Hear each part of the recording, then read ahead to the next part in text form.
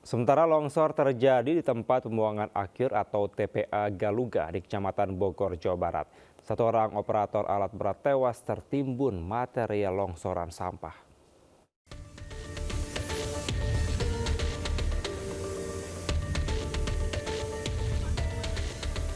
Seorang operator alat berat meninggal dunia karena tertimbun longsoran sampah di TPA Galuga di Kecamatan Galuga, Kabupaten Bogor.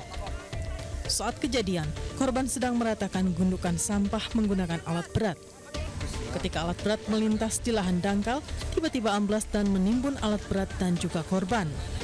Diduga, longsor terjadi karena hujan mengguyur wilayah Bogor dan sekitarnya sejak Minggu. Tingginya gunungan sampah membuat retakan tanah serta sampah amblas. Sementara proses evakuasi korban berlangsung selama 2 jam. Korban yang meninggal dunia di lokasi kejadian dibawa ke rumah sakit. Ketimpa sampah juga, ada dia yang lagi sakit. nyetir, Lagi sakit. Oh, jadi terbawa doser. ketibaan ya Bu ya. Pihak desa setempat menyerahkan kejadian ini kepada pihak kepolisian dan instansi terkait. Dari Bogor, Jawa Barat, Wildan Hidayat, iNews melaporkan.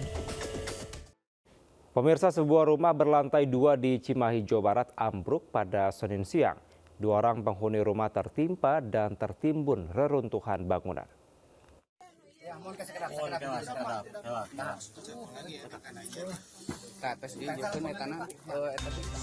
Evakuasi 2 orang yang tertimpa bangunan ambruk di Jalan Raya Melong, Kota Cimahi berlangsung dramatis. Petugas BPBD Kota Cimahi berupaya mengevakuasi 2 penghuni rumah tersebut. Dengan hati-hati, petugas mengeluarkan tubuh korban dari reruntuhan.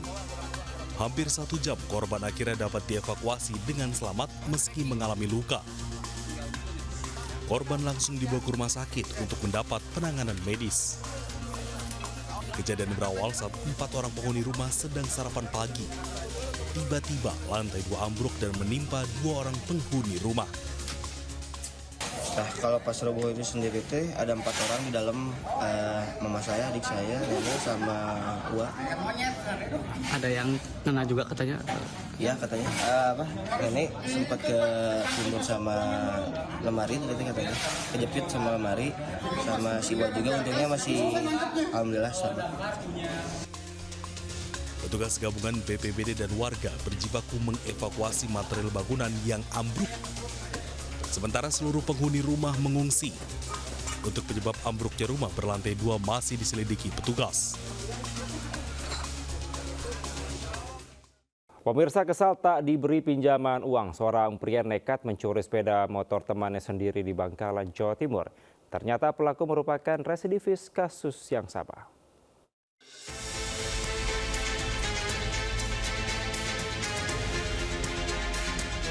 Sedang asik bersantai, seorang pria berinisial FA digerebek polisi di rumahnya di Desa Jenteh, Bangkalan, Jawa Timur.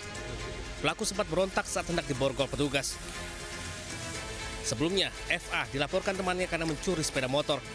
Pelaku mengaku kesal karena ditolak saat meminjam uang oleh korban yang merupakan teman karibnya.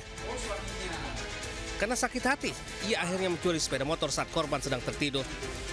Teman, namun pada saat korban tertidur, kunci motor milik korban diambil dan motor dibawa kabur oleh pelaku. Selanjutnya kami dari Satreskrim Polres Bangkalan beserta dengan Polsek Arusbaya melakukan penyelidikan dan akhirnya berhasil melakukan penangkapan terhadap pelaku. Dari catatan pihak polisian, FA merupakan residivis yang pernah dipenjara karena kasus serupa. Kini ia harus kembali mendekam di balik jeruji besi. Dari Bangkalan, Jawa Timur, Taufik Syahrawi, iNews melaporkan. Sementara puluhan warga di Kabupaten Bekasi, Jawa Barat menjadi korban penipuan tenaga kerja oleh oknum calo. Para korban diminta bayar uang administrasi jutaan rupiah, namun hingga kini belum juga mendapatkan pekerjaan yang dijanjikan. Warga RT 10 mau tindak lanjuti atas kasus penipuan kerja calo.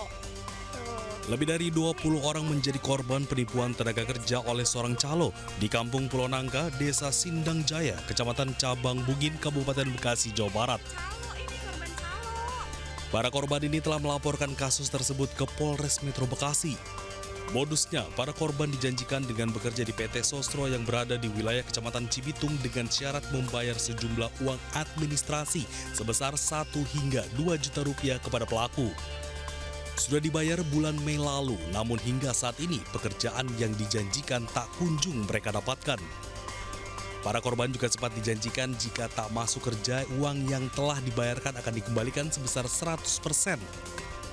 Nah, kami ngasih itu secara transport, ini bukti transportnya untuk masuk kerja, administrasinya masuk kerja. Korbannya ada 22 orang. Siap. Dengan kerugian 54 juta. Pas kita tanyain kapan bang masuk, nggak taunya katanya siang. Terus setiap hari tuh seperti itu terus, diundur-undur. Apakah memang udah dikasih kepastian gitu untuk kerja atau gimana, Kak? Iya, udah dikasih kepastian kerja. Para korban berharap para pelaku segera ditangkap. Kasus penipuan ditangani Satreskrim Polres Metro Bekasi. Dari Kabupaten Bekasi, Jawa Barat, Ahmad Jauhari Lutfi Ayus melaporkan. Pemirsa, 20 oknum prajurit TNI ditetapkan sebagai tersangka dan ditahan dalam kasus tewasnya Prada Luki Cepril Saputra Namo. Menurut Pangdam 9 Udayana Maijen TNI Pik Budiakto, proses hukum atas kematian Prada Luki Namo masih terus berlanjut dan akan dilakukan secara transparan.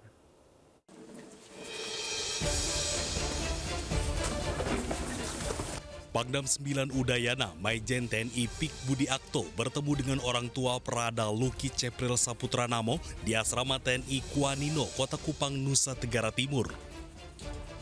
Pangdam menyampaikan berdasarkan penyelidikan tim investigasi, jumlah tersangka yang sebelumnya 4 prajurit kini menjadi 20 prajurit TNI. Dari teritorial pembangunan 834 Wakanga Merenagekeo, Nusa Tenggara Timur, termasuk salah satunya seorang perwira TNI.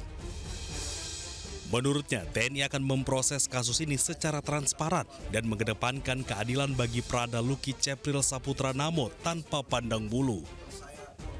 Tim investigasi terus melakukan penyelidikan, semua tersangka telah ditahan untuk menjalani pemeriksaan lanjutan. Seluruhnya 20 tersangka yang sudah ditahan dan kemudian akan ditindaklanjuti dengan pemeriksaan selanjutnya. Di antara 20 itu apakah ada perwira, Jenderal? Ada 1 orang perwira. Boleh tahu inisialnya, Jenderal? Nanti oleh penyidik yang akan menyampaikan, dan selanjutnya proses ini sedang berlangsung dan saya secepatnya akan melaporkan pada pimpinan. Diketahui kasus tewasnya Prada Luki Namo di tangan seniornya membuat keluarga terpukul, terlebih korban baru 2 bulan bertugas sebagai tentara. Dari Kupang, Nusa Tenggara Timur, Eman Suni Ayus melaporkan.